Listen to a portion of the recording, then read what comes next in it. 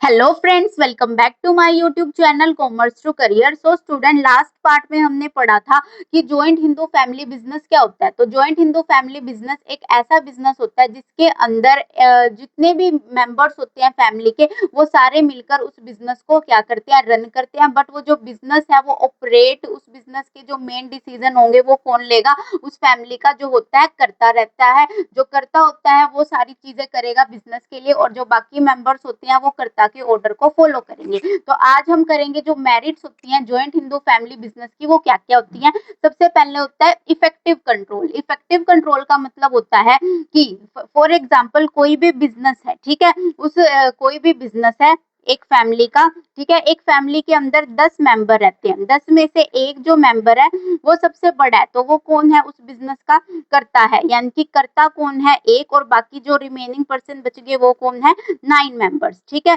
अब देखो स्टूडेंट, ये जो एक पर्सन है जिसको हम करता बोल रहे हैं, ये सारे बिजनेस के इंपॉर्टेंट जो डिसीजन हो रहे हैं, बिजनेस की जो मीटिंग्स हो रही हैं, बिजनेस के लिए क्या सही है क्या गलत है, बिजनेस को आगे ग्रो करना है या जो बिजनेस है उसको वहीं तक रखना है, या बिजनेस के लिए क्या अच्छा है क्या बुरा है, वो सारी चीजें कौन करता है, जो इस बिजनेस का करता है या मुखिया है। बाकी के जो मेंबर्स हैं वो सिर्फ इस कर्ता के ऑर्डर्स को फॉलो करेंगे, जो कर्ता ने बोल दिया वो ये सारी चीजें करेंगे। तो इसी जो बाकी अदर मेंबर्स होंगे वो किसके अंडर काम करेंगे, जो करता है मुखिया है उसके अंडर काम करेंगे। जो मुखिया ने बोल दिया वो सारे पर्सन जो है वही काम करेंगे। तो इससे क्या हुआ कि जो भी कंट्रोल है बिजनेस का वो सिर्फ एक के हाथ में है, एक जने के हाथ में है, वही बिजनेस के लिए डिसीजंस ले रहा है। तो यहाँ पर इफेक्टिव कंट्रोल बना रहता है, यहाँ पर कंफ्यूजन नहीं रहती, सबको पता होता है कि हाँ डिसीजन एक पर्सन ने लेने हैं, हमने सिर्फ उस चीज को फॉलो करना है। तो इससे जो बिजनेस है वो इफेक्टिव रहता है। सेकंड है continue business existence. Continued business existence का मतलब होता है कि जो बिजनेस है वो लॉन्ग टर्म तक चलता है। ऐसा नहीं होगा कि जो बिजनेस है, मान लो फैमिली का कोई भी वो जो करता है, अगर उसकी डेथ हो गई तो बिजनेस वहीं पर एंड हो गया। नो, ऐसा नहीं होता। जो बिजनेस है वो लॉन्ग टर्म तक चलेगा।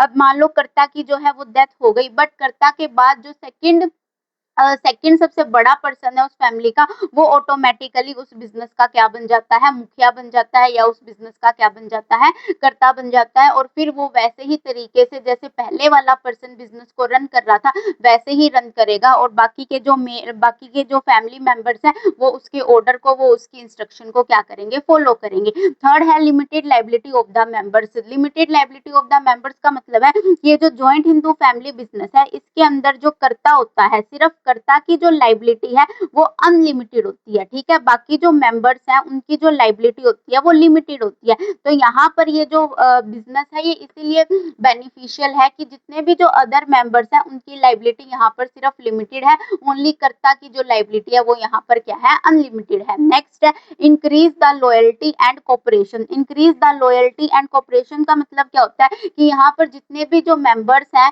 बिजनेस के अंदर या फैमिली के अंदर, सबका जो है ट्रस्ट किसके ऊपर बना रहता है, कर्ता के ऊपर। सब कर्ता के साथ क्या करते हैं, कोऑपरेट करते हैं। सारे मेंबर्स आपस में कोऑपरेट करके जो है बिजनेस को रन करते हैं। सबको कर्ता के ऊपर क्या होता है, ट्रस्ट होता है कि जो कर्ता ने काम किया है, जो कर्ता ने डिसीजन लिया है, जो उस बिजनेस के मुखिया ने डिसीजन लिया है वो बिल्कुल सही है, वो बिल्कुल लॉयल है सबके लिए। उसके लिए जितने भी जो मेंबर्स हैं वो सब इक्वल है, वो किसी के साथ भी पार्शियलिटी यहाँ पर नहीं करेगा। उसके लिए सारे पर्सन एक साथ है, ना उसको कोई वो किसी को ज्यादा फेवर करेगा ना वो किसी को कम फेवर करेगा। जितने मेंबर्स हैं वो सबको इक्वली ट्रीट करेगा, इक्वली उनका प्रॉफिट के अंदर हिस्सा देगा। और जो अदर फैमिली मेंबर्स होते हैं वो आपस में मिलजुल कर काम करते हैं, उनके बीच में कोई भी जेलसी वाली फीलिंग नहीं होती। इसीलिए जो है ये जो बिजनेस है इसके अंदर लॉयल्टी और कोऑपरेशन जो है वो ज्यादा दिखता है, क्योंकि सारे के सारे जो पर्सन होते हैं वो फैमिली के ही मेंबर्स होते हैं, कोई भी आउटसाइडर इसके अंदर इन्वॉल्व नहीं होता।